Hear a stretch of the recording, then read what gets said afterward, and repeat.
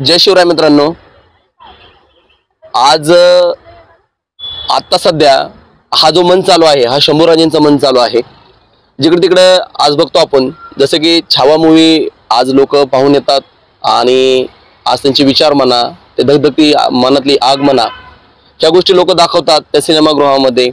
पण आज अशाच आपण एका विषयावरती चर्चा करणार आहे की शंभूराजेंचा आता बलिदान मास चालू आहे. या बलिदान मासाबद्दल बऱ्याच लोकांना थोडंसं अपूर्व ज्ञान आहे, पूर्ण ज्ञान नाहीये. पण याची सुरुवात जे आपले भिडे गुरुजी आहेत त्यांनी केली. त्यांनी त्याचं सगळं शंभू महाराजांचं सर्व जे काय आहे ते सर्व त्यांनी लिहिलेलं आहे आणि त्यांच्या मार्फत हे बलिदान मास पाळलं जातं. आज आपल्याबरोबर असेच एक या स्वराज्यामधले एक मावळे आहेत. आज त्यांच्याबरोबर आपण आज चर्चा करणार आहे, बोलणार आहे आणि सगळ्या गोष्टी समजून घेणार आहे की नक्की हे जे बलिदान मास आहे ते कधीपासून पाहतात किंवा बलिदान मास कुणी कुणी पाळलं पाहिजे किंवा आता सध्या जी आपली यंग पिढी आहे त्यांना त्यांचा मेसेज काय राहतोय. हा व्हिडिओ खरंच चांगला राहणार आहे. सर्वांनी हा व्हिडिओ पाहायचा आहे. तर नमस्कार. नमस्कार. जय शिवराय. जय शिवराय. तुमचं नाव? माझं नाव रवींद्र बबन भगत. बर. आता सध्या जो आता हा मन चालू आहे शंभू महाराजांचा बलिदान मासाचा की मनामध्ये अजूनही मला अश्वानावर होतात की जे आपल्या राजांचं औरंगजेबाने 40 दिवस खूप हाल केलं, क्रूर पद्धतीने त्यांना मारण्यात आलं. बरोबर. तर याबद्दल तुम्ही कशी सुरुवात कराल? मुळात गोष्ट अशी,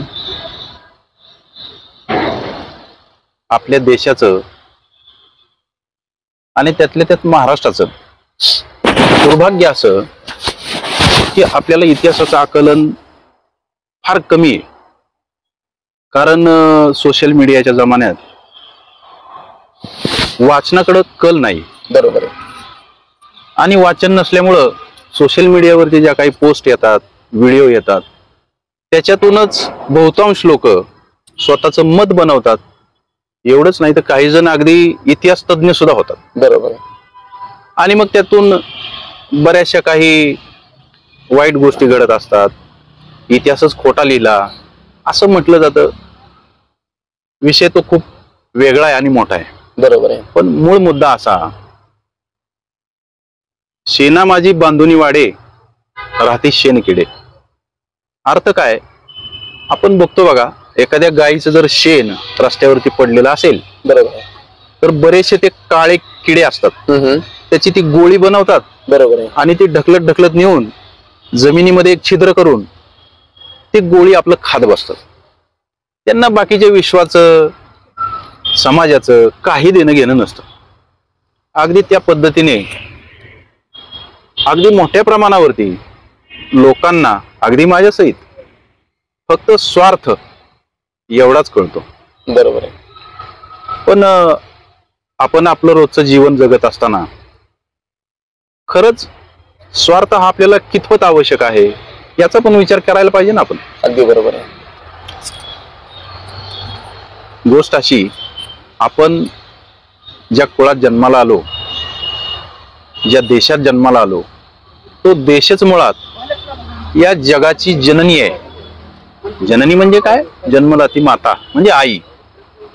हे कशावरून? आपण आपल्या देशाला काय म्हणतो? भारत माता. तुम्ही कधी ऐकलंय फ्रेंच माता, इंग्लंड माता? नाही ऐकलं कधी. कधीच नाही ना. स्पेन माता असं कुठंच नाही. एकमेव जगात भारत माता असं म्हटलं जातं. त्याचं कारणच ते, पवित्र तो देश आणि पावन ते कुळ जे ते हरीचे दास जन्म घेत. हरीचे दास म्हणजेच भगवंताचे सेवक. बरोबर आहे. मुळात या देशाची परंपरा कधीपासूनची याचा जर आपण शोध घ्यायला गेलो तर असं कळतं की आपल्या देशाची पार्श्वभूमी शोधायचं म्हणजे जरा कठीणच आहे ना. त्याचंही मूळ कारण म्हणजे इतिहासाचं वाचन नाही. पण फार काही करायची गरज नाही. आम्हाला गुरुजींनी म्हणजे संभाजीराव भिडे गुरुजींनी फार सोप्या शब्दात एकदा सांगितलं की पांडुरंगाची जी आरती आहे, युगे 28 विठेवरी उभा आणि वामांगी रखुमाई दिशे दिव्य शोभा. म्हणजेच काय? तर 28 युग हा पांडुरंग आणि आपण त्याचे भक्त, ही भगवंताची आणि भक्ताची जी काय परंपरा आहे ती 28 युग झाली चालू आहे. लक्षात आलं? म्हणजेच काय तर तो काळ खूप मोठा आहे. याची दुसरी बाजू अशी की जगाच्या पाठीवरती देश म्हणून अस्तित्व असणारा भारत हा सर्वोच्च कोटीचा देश आहे, फार प्राचीन आहे.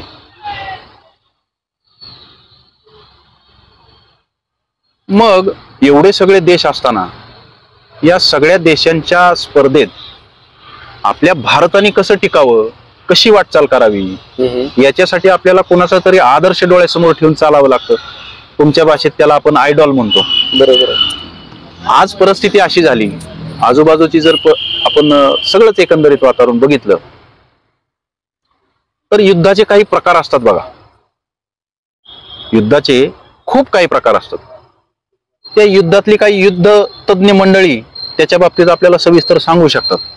माझं काय एवढं अभ्यास नाही किंवा तेवढी मला देवाने काही जास्ती बुद्धिमत्ता दिली नाही, त्यामुळं सगळ्याच विषयांमधलं मी काय सगळं सांगू शकेल असं पण नाही. पण भारताबरोबर म्हणजे आपल्या देशाबरोबर आता सध्या सुद्धा एक युद्ध चालू आहे. जे युद्ध आहे हे बघा, कोणत्याही देशाचं भवितव्य त्या देशातल्या तरुण पिढीवरती अवलंबून असतं. बरोबर. आज आपल्या देशाला जर पराभूत करायचं असेल, हरवायचं असेल, संपवायचं असेल तर त्यासाठी जागतिक पातळीवरती एक नियोजन असं चालू आहे. ते नियोजन आहे या देशाची तरुण पिढी. बरोबर आहे. दोन गोष्टींच्या आहारी गेली की हा देश काबीज करणं सोपं आहे. त्या दोन गोष्टी कोणत्या? त्यातली पहिली गोष्ट आहे व्यसन, महाभयंकर, आणि दुसरी गोष्ट आहे वासना.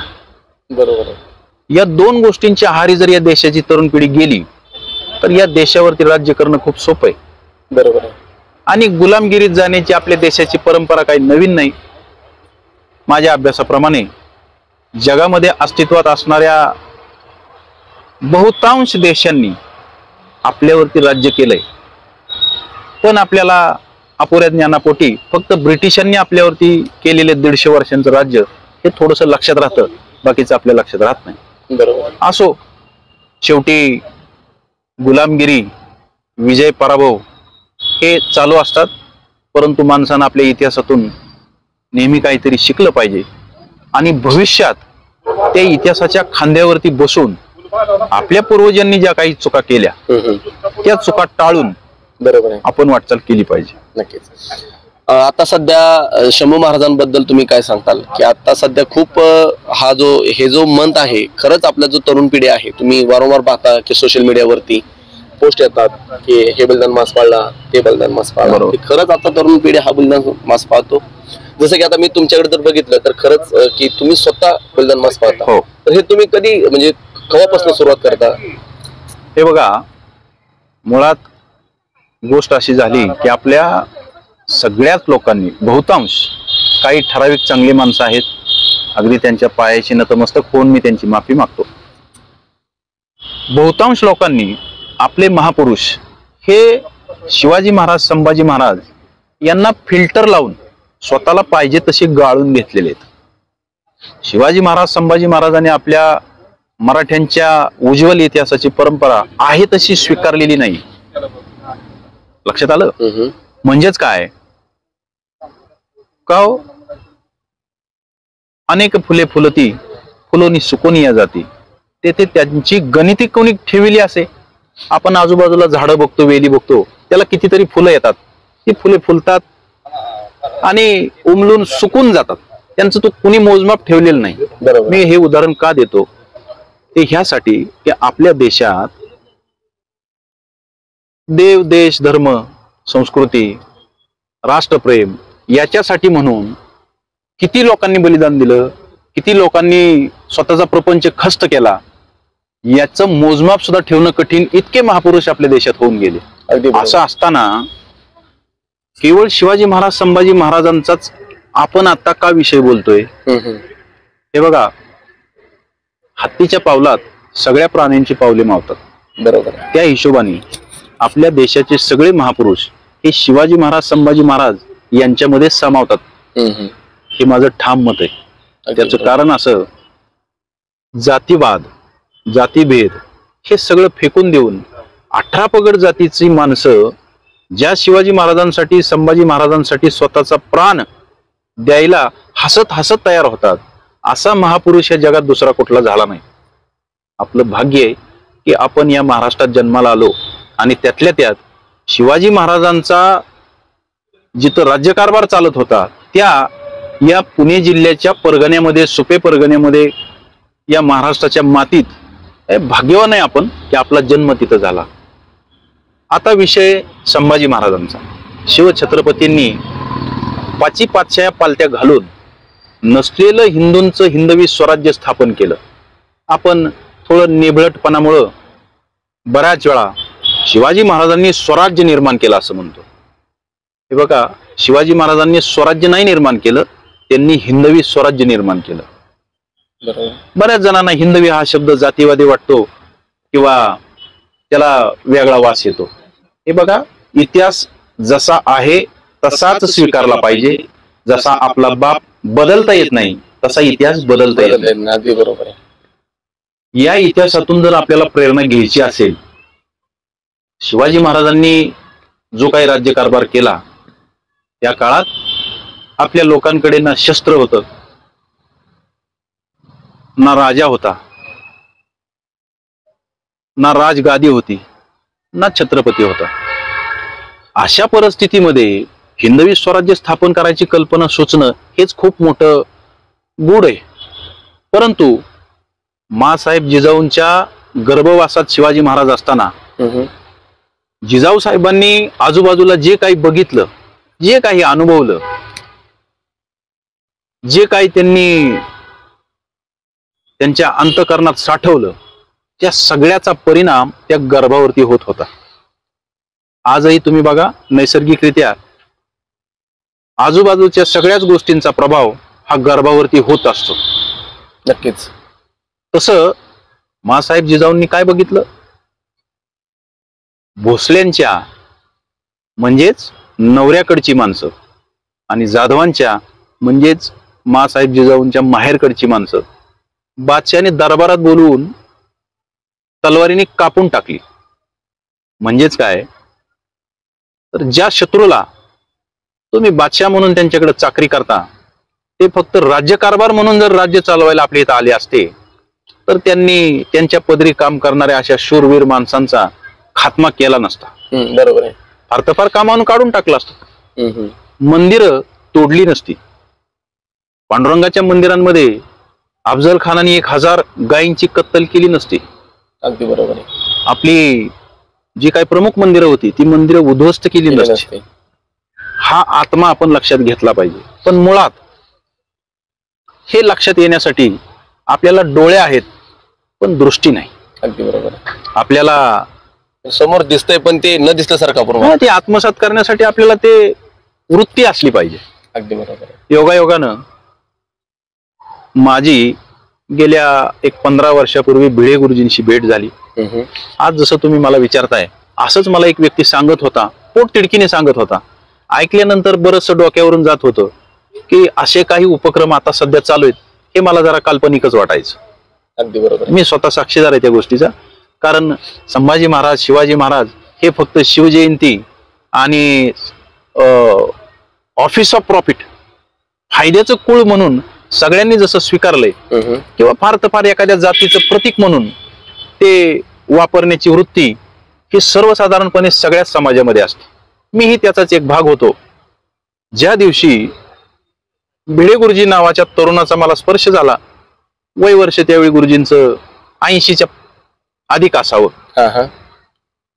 मी त्यांना तरुण ह्या उद्देशाने म्हणतो, आजही अगदी ऐन तारुण्यातल्या माणसाला भिडे गुरुजींनी इतका व्यायाम करणं शक्य नाही. ते 500 जोर बैठका आज मारतात. वय 90 ते 91 वर्ष त्यांचं असेल. नक्कीच. मी भिडे गुरुजींच्या संपर्कात आल्यानंतर 10 ते 11 मिनिटं रडत होतो.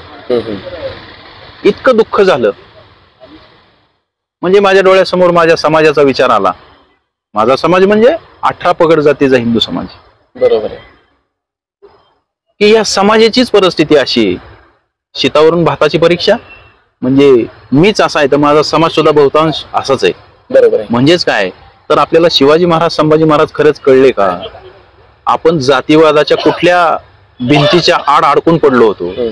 आपल्याला देव देश धर्म कळत होता का? त्याच्या व्याख्या समजत होत्या का? बरोबर आहे. आपलं त्याच्यामध्ये योगदान काय असलं पाहिजे? का केवळ आपलाच प्रपंच म्हणजेच विश्व आहे ह्या भ्रमातून बाहेर पडण्यासाठी मला भिडे गुरुजींचा संपर्क हा खूप फायद्याचा ठरला. आणि त्या दिवशी निश्चय केला की आजपासून माझ्या फोटोला जोपर्यंत हार येत नाही तोपर्यंत धर्मवीर बलिदान मास, दुर्गा माता दौड आणि मोहीम हे प्रमुख 3 उपक्रम सोडायचे नाहीत. तर आता सध्या बलिदान मास तुम्ही पाहता, तर बलिदान मास तुम्ही कधीपासून म्हणजे सुरुवात कधीपासून होती, त्याचं सांगता कशी असते याबद्दल थोडंसं सांगा. वैयक्तिक मी स्वतः 2010 साली श्री शिवप्रतिष्ठान आणि भिडे गुरुजी यांच्या संपर्कात आलो. आणि त्यांच्या संपर्कात आल्यानंतर शिवाजी महाराज संभाजी महाराज हे फक्त जयंतीपुरते मर्यादित नसून आपल्या देशाला जगाच्या पातळीवरती टिकायचं असेल, वाचायचं असेल आणि या जगाचा बाप म्हणून हिंदुस्थान त्याचं उत्तर द्यायचं असेल तर केवळ प्रगती आपण बघतो ना आजूबाजूला, रस्त्यांची प्रगती, दिवे, वेगवेगळ्या योजना, पाण्याच्या काही स्कीम हे गरजेचं आहे, बरोबर, हरकत नाही. परंतु एक लक्षात घ्या, आपल्या शरीरावरती दागदागिने असणं हा एक वेगळा भाग आहे, पण त्या शरीरातला आत्मा बळकट असणं हा त्याच्यातला सगळ्यात प्रमुख भाग आहे. शिवाजी महाराज संभाजी महाराज हे हिंदुस्थानचे काळीज मजबूत करणारे 2 महापुरुष आहेत. ते महापुरुष जसेच्या तसे आत्मसात करून आताच्या तरुण पिढीने जर वाटचाल केली तरच आपण जागतिक महासत्ता म्हणून आपलं नाव देशाचं गाजवू शकतो. बरोबर आहे. त्याच्यासाठी काही व्रत असतात बघा. कुठलाही व्यक्ती असेल, शेवटी एखाद्याला काहीतरी स्वार्थ असतो, भगवंतापाशी जातो. आपली माणसं भगवंताला खूप मानणारी सगळेच असतात. एखादा म्हणतो मी नास्तिक आहे, पण नास्तिक म्हणणाऱ्यामध्ये सुद्धा आस्तिकपणा असतो. अगदी बरोबर. पण मी नास्तिक आहे हे दाखवलं की त्याची काहीतरी एक विशेष ओळख होती आणि त्याला थोडंसं समाधान मिळतं. पण ते सगळे आपलेच आहेत. तर तो प्रत्येक माणूस ज्यावेळी देवाच्या भगवंताच्या पाया पडतो त्यावेळेला त्याच्या मनातलं काहीतरी मागणं मागत असतो आणि निष्ठेनं तो उपास म्हणा, काही व्रत म्हणा, काही वैकल्य म्हणा करत असतो. मग आम्हाला जो भिडे गुरुजींनी दृष्टिकोन दिला तो असा दिला की वैयक्तिक स्वार्थ हा थोडासा बाजूला ठेवून, कारण वैयक्तिक स्वार्थ साधण्यासाठी खूप माणसं आहेत, पण आपल्या देव देश धर्माच्या स्वार्थासाठी तरुण पिढी उभा झाली पाहिजे हा विचार सगळ्यात पहिल्यांदी गुरुजींनी आमच्या मनात उतरवला. मग त्याच्यासाठी काही व्रत आहेत. त्यातलं एक व्रत म्हणजे हे धर्मवीर बलिदान मास. धर्मवीर बलिदान मास म्हणजे काय तर साधारणतः गुढीपाडव्याच्या 1 महिना अगोदर संभाजी महाराजांना संगमेश्वरला पकडल्यापासून ते पाडव्याच्या आदल्या दिवशी संभाजी महाराजांचा वध करेपर्यंत संभाजी महाराज दररोज मृत्यूच्या दिशेने वाटचाल करत होते. बरोबर आहे. मुळात प्रश्न असा, संभाजी महाराजांचं बलिदान कोणासाठी? त्यांच्या मुलासाठी, मुलीसाठी, बायकोसाठी का त्या भोसले कुळासाठी? आता आपण छावा चित्रपट आलाय, खरं तर त्या निर्मात्याचे आभार मानले पाहिजेत, कारण असे चित्रपट आणि अशी वास्तविकता दाखवण्याची धमक आतापर्यंत कोणी दाखवली नाही. त्याचं कारण असं आहे की सर्वसाधारणपणे कोणताही माणूस जे डोळ्याला दिसतं, जे कानाला ऐकू येतं, त्याच्यावरतीच स्वतःचं मत बनवत असतो. आपल्याकडं म्हण आहे बघा की तमाशाने समाज बिघडला नाही आणि कीर्तनाने कधी सुधारला नाही. पण तरी सुद्धा समाज मनावरती ह्या सगळ्याच गोष्टींचा खूप खोलवर प्रभाव आणि परिणाम होत असतो. आता छावा चित्रपट या महिन्यात आला, योगायोग म्हणा किंवा आई भवानीची कृपा म्हणा, बलिदान मास ह्याच काळात चालू आहे. अगदी भगवंताच्या इच्छेप्रमाणे आम्ही हे बलिदान मास करतोय आणि त्या काळात आलेला हा चित्रपट याचा एक योगायोग जुळून आला आणि सगळ्या लोकांना संभाजी महाराजांचं बलिदान मास जसं कळालं तसं ते त्यांनी आत्मसात करावं, हा विचार तुमच्यासारख्याच्या मनात येणं आणि तुम्ही मला विचारून आपण लोकांपर्यंत ही माहिती पोहोचवणं, हा सुद्धा एक दैवी संकेतच आहे. म्हणजे काय, आपण फार देवभोळे आहोत असं नाही, पण आपण निश्चितच शिवाजी महाराज संभाजी महाराजांसाठी हे अगदी त्यांची वेडे आहोत. शिवछत्रपती संभाजी महाराजांसाठी आपण भोळेच आहोत. नक्कीच. कारण का, तर शिवाजी महाराज संभाजी महाराजांनी त्यांच्या प्रत्येक गडकोट किल्ल्यांवरती देवी देवतांची मंदिरं उभारली. बरोबर आहे. मला एक जण म्हणला, रामाचा आणि शिवाजी महाराजांचा काय संबंध, तुम्ही जय श्रीराम असं सारखं म्हणत असता. अरे बाबा, शिवाजी महाराजांच्या कुळात राजा राम हे नाव येतं, म्हणजे तो राम कुठून येतो? बरोबर आहे. प्रश्न विचारणाऱ्याचे मला काही फार वाईट वाटलं नाही, कारण तो मानवी स्वभाव आहे आणि माणसाला स्वार्थाच्या पलीकडे वेगळं काही कळतच नसतं. मुळात गोष्ट अशी, भिडे गुरुजींनी ज्यावेळी हा विचार आम्हाला सांगितला की स्वतःला जर या व्यसन आणि वासनेच्या तडाख्यातून वाचवायचं असेल तर याला दोनच औषध आहेत, एक शिवाजी महाराज आणि दुसरे संभाजी महाराज. आणि ते आत्मसात करायचे असतील तर त्याच्यासाठीचा उपक्रम म्हणजे धर्मवीर बलिदान मास, जो की आता चालू आहे. आता शेजारी आपला बसलेला आहे रायबा, हो, त्याबद्दलही थोडंसं बोलूया की आज तुम्ही दोघं धर्मवीर बलिदान मास पाहता. जसं की आज तुमचा मुलगा हा किती वर्षाचा आहे? तो आता इयत्ता 7वीला शिकतो. बरोबर आहे. सरासरी 13 वर्ष त्याचं वय. की आता सध्या खरंच जी छोटी छोटी मुलं आहेत त्याचे एवढे खरंच घेण्यासारखं आहे की आज तुमचे संस्कार त्याला लाभलेले आहेत. आज बरोबर. म्हणून तो आपल्यापाशी बसलेला आहे आणि तो सगळं करतोय. हो, आज आपण म्हणतो की आपला वडील आणि मुलगा दोघांमधलं कम्युनिकेशन, बरोबर, जसं वडील वागताना तसं मुलगा डुप्लिकेशन करत राहतो त्यांचं. अगदी. जसं की तसं तो करतोय. तर तुझं नाव काय? रायबा रवींद्र भगत. बर, तुला आता हे जे बलिदान मास तू करतो, तुला मनापासून आवड आहे का त्यामध्ये तुझा वडील तुला सांगतात की बाबा असं असं केलं पाहिजे, की काय याबद्दल तू काय बोलशील? मनापासून आवड आहे. मनापासून आवड आहे. बर, आता जे मुलं तुझे एवढी जी मुलं आज बघतात, आपला हा व्हिडिओ पाहणार आहेत युट्यूबला, त्यांना तू काय सांगशील बोला? त्यांनी पण हे बलिदान मास पाळावं. बर, आपले संभाजी महाराजांचे विचार त्यांचे पण म्हणजे त्यांना पण कळावे. अगदी बरोबर आहे की आता सध्या मुलं मोबाईल मध्ये बसलेले असतात, कार्टून बघतात, टीव्ही पाहतात आणि उलट पलट बोलतात, शेव्यांचा मारा करतात. की याबद्दल खरंच हे एक आपण जनजागृती नाही म्हणा, पण एक लोकांच्या मनामध्ये कुठे हृदयामध्ये आपण श्री छत्रपती शिवाजी महाराज आणि धर्मवीर श्री छत्रपती संभाजी महाराज यांचे विचार आपण आणण्याचे प्रयत्न करतोय. अजून काय बोलशील तू? काय नाही, धर्मवीर बलिदान मास सुरू झाल्यापासून मी मोबाईल बघायचा पूर्णपणे सोडलाय. बर, महिनाभर का होईना पण मोबाईलला हात सुद्धा लावायचा नाही, टीव्ही पिक्चर बघायचा नाही. हे अजून काही नियम आहेत ते सगळे पाळलेत मी. नक्कीच. खरंच तुझ्या असं एक काय म्हणतात ना, मी तर शूज घातलाय, पण एक तुझ्यासारखा एक म्हणतात ना तुमच्यासारखे की खरंच त्याला तुम्ही घडवलंय. आज जसं तुम्ही घडवलंय तसं तो बोलतोय. आज जर एखाद्या मुलाला आपण जाऊन जर विचारलं की तू राजांबद्दल बोल, शेवटी त्यांना इतिहास असतो, बरोबर, तर त्या मुलाला काय बोलायचं ना हे कळत नाही. आता मुलाची चूक नाहीये, चूक आहे त्याच्या आई वडिलांची, बरोबर, की वडिलांनी त्याच्या मनामध्ये ते बिंबवाय पाहिजे की नक्की काय इतिहास आहे, की काय राजे कोण होते आपले, या सगळ्या गोष्टी.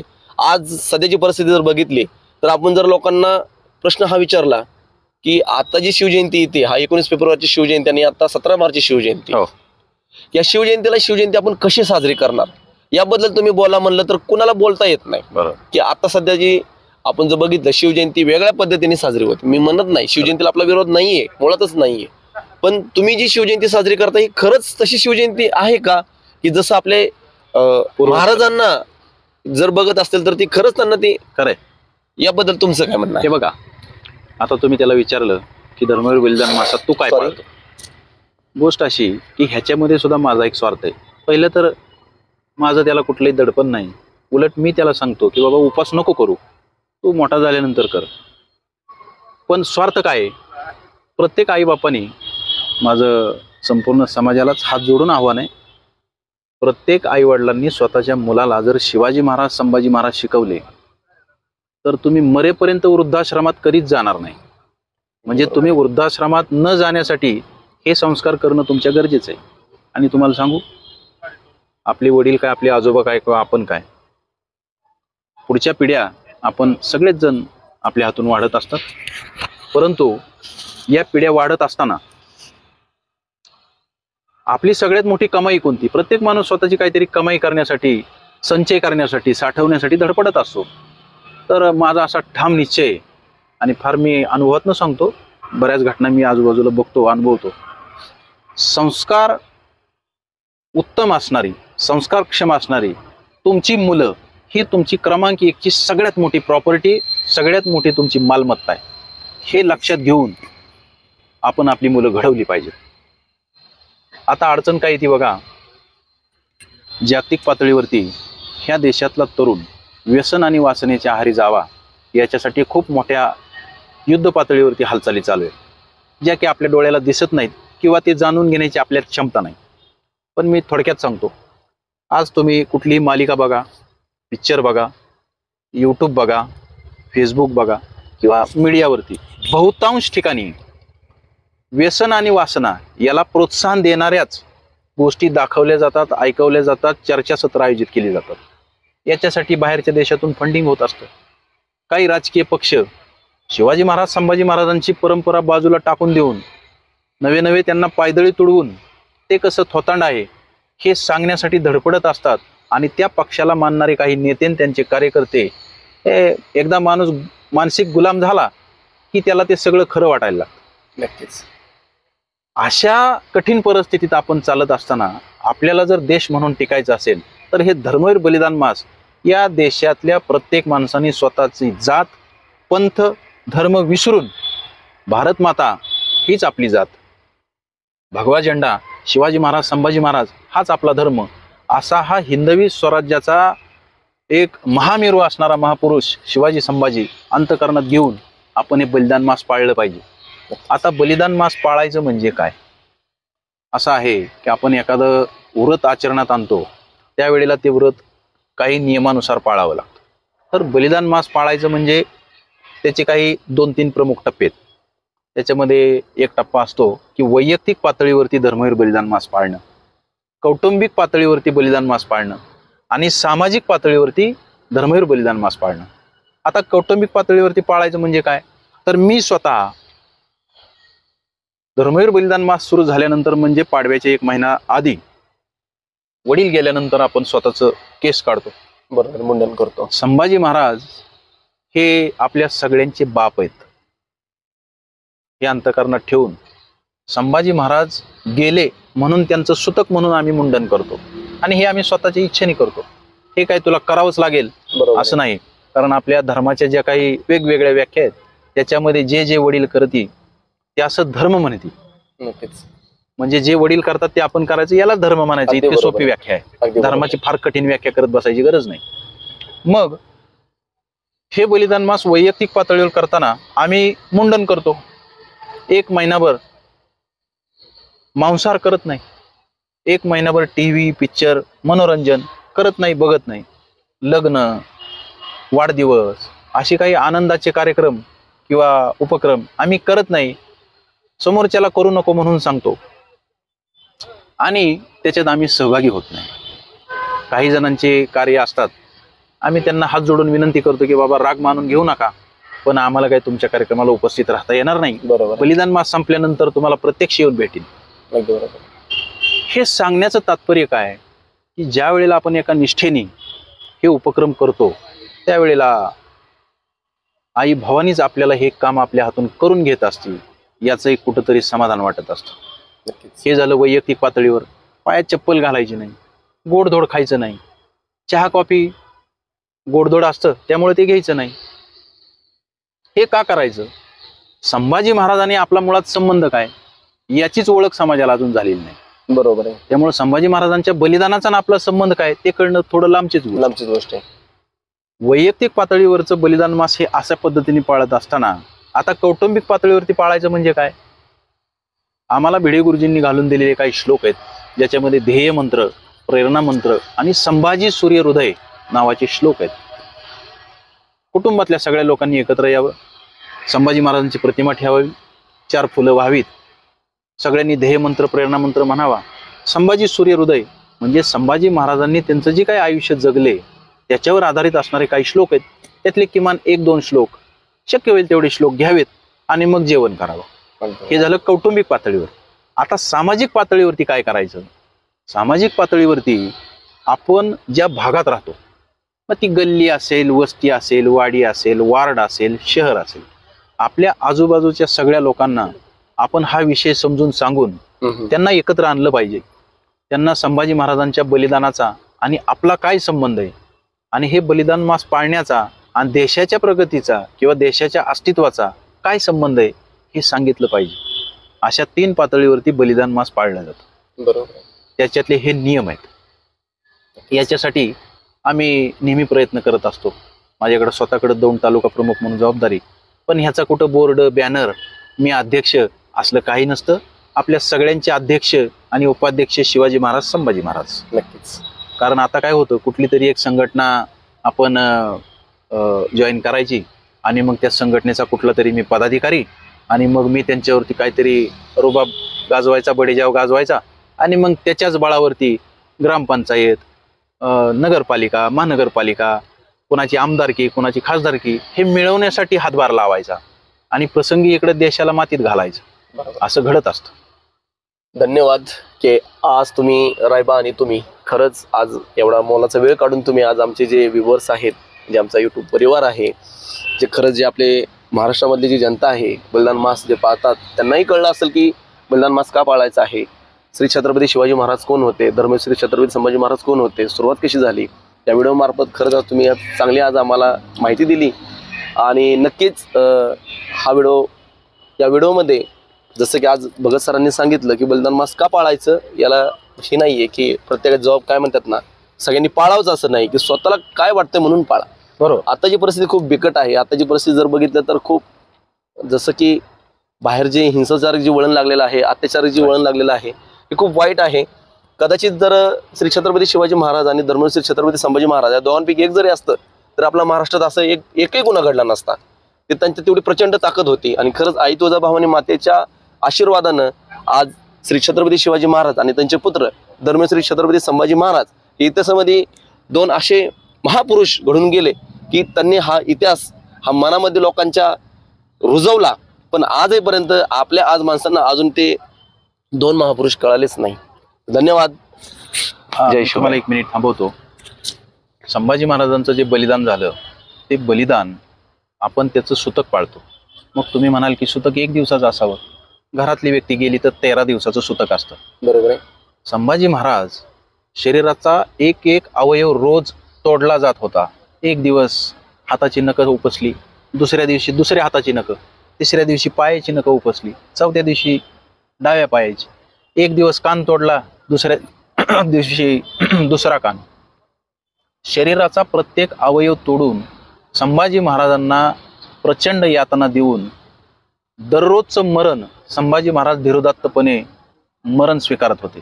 का हो? संभाजी महाराजांनी त्यावेळी शिर सलामत तो पगडी 50 या हिशोबाने जर माघार घेतली असती, शरणागती पत्करली असती आणि त्यावेळेला तडजोड करून जर इस्लाम कबूल केला असता तर त्यांना ही मनसबदारी मिळाली असती, जीवनदान मिळालं असतं. पण संभाजी महाराजांनी ते जे बलिदान स्वीकारलं त्याचं एकमेव कारण म्हणजे माझा हिंदू समाज, जो आबासाहेबांनी म्हणजे शिवाजी महाराजांनी हिंदवी स्वराज्य स्थापन केलं आणि ह्या हिंदू समाजाला एक नवीन जन्म दिला, तो जन्म टिकला पाहिजे, वाढला पाहिजे, हे राष्ट्र टिकलं पाहिजे, ह्याच्यासाठी ते बलिदान स्वीकारलं. म्हणजेच काय, संभाजी महाराजांचं बलिदान 1 दिवस झालं नाही, ते महिनाभर 1 दिवस झालं. म्हणून संभाजी महाराजांचं आपण सुतक 1 महिना पाळतो. दुसरी गोष्ट, संभाजी महाराजांचं बलिदान हे काही त्यांच्या बायकोसाठी, मुलासाठी किंवा भोसले कुळासाठी झालं नाही. ते पूर्ण हिंदू समाजासाठी आज जे काही आपण आपापल्या 18 पगड जातीच्या जातीसहित, नेत्यासहित, संतांसहित जे काही आपण वेगवेगळ्या पंथांसहित जिवंत आहोत हिंदू म्हणून, त्याचं एकमेव कारण आहे संभाजी महाराजांचं बलिदान. काशी की कला जाती मथुरा मस्जिद होती, अगर शिवाजी न होते सुन्नत सबकी होती. हे जितकं सत्य आहे तितकंच काशी की कला जाती मथुरा मस्जिद होती, संभाजी महाराज बलिदान न होते तो सुन्नत सबकी होती, हेही तितकं सत्य आहे. ते होऊ नये म्हणून आपण सगळ्यांनी, मायबापांनो माझं तुम्हाला सगळ्यांना हात जोडून विनंती आहे, तुम्हाला जे योग्य वाटतं ते करा. पण तुम्ही कोणत्याही जातीचे, कोणत्याही पंथाचे कोणत्याही विचारसरणीचे, कोणत्याही संघटनेचे, कोणत्याही राजकीय पक्षाचे असू द्या, तुमच्या ठिकाणी तुम्ही योग्य असाल. पण ज्या संभाजी महाराजांमुळं आज आपण जिवंत आहोत, म्हणजे आपल्या माता भगिनींच्या कपाळाचं कुंकू, गळ्यातलं मंगळसूत्र, दारातल्या तुळशी आणि मंदिरावरचे कळस हे जे आहेत, त्याचं एकमेव कारण म्हणजे संभाजी महाराजांचं अतिशय जागतिक पातळीवरती कुणालाही न लाभलेलं बलिदान, हे तुमच्या माझ्यासाठी दिलेलं बलिदान आहे. ते बलिदान अंतःकरणात ठेवून शिवाजी महाराज, संभाजी महाराजांचा देशासाठी जी भावना होती, देशासाठीचा जो अट्टहास होता, तोच अट्टहास आपल्या अंतःकरणात यावा आणि भारत माता ही जगाच्या पातळीवरती सगळ्याची आई बनून महासत्तेमध्ये भारत देश हा जगाचा महासत्ता असावा, असं जर कुणाला वाटत असेल तर आपण शिवाजी महाराज, संभाजी महाराज यांना, ते आपल्या हृदयात आहेतच, आपल्या प्रत्येकातच आहेत. मला सांगा, जर तुमच्या अंतःकरणात, माझ्या अंतःकरणात शिवाजी महाराज, संभाजी महाराज असतील तर तुम्ही चोरी करू शकत नाही, कारण त्यांना ते आवडणार नाही. बलात्कार, वाईट वागणं, कुठलंही वाईट काम करणं हे त्यांना पटणार नाही. म्हणून शिवाजी महाराज, संभाजी महाराज यांना आपल्या हृदयात जर बसवायचं असेल तर हे बलिदान मास आपण केलं पाहिजे. धन्यवाद. जय शिवराय. जय शिवराय.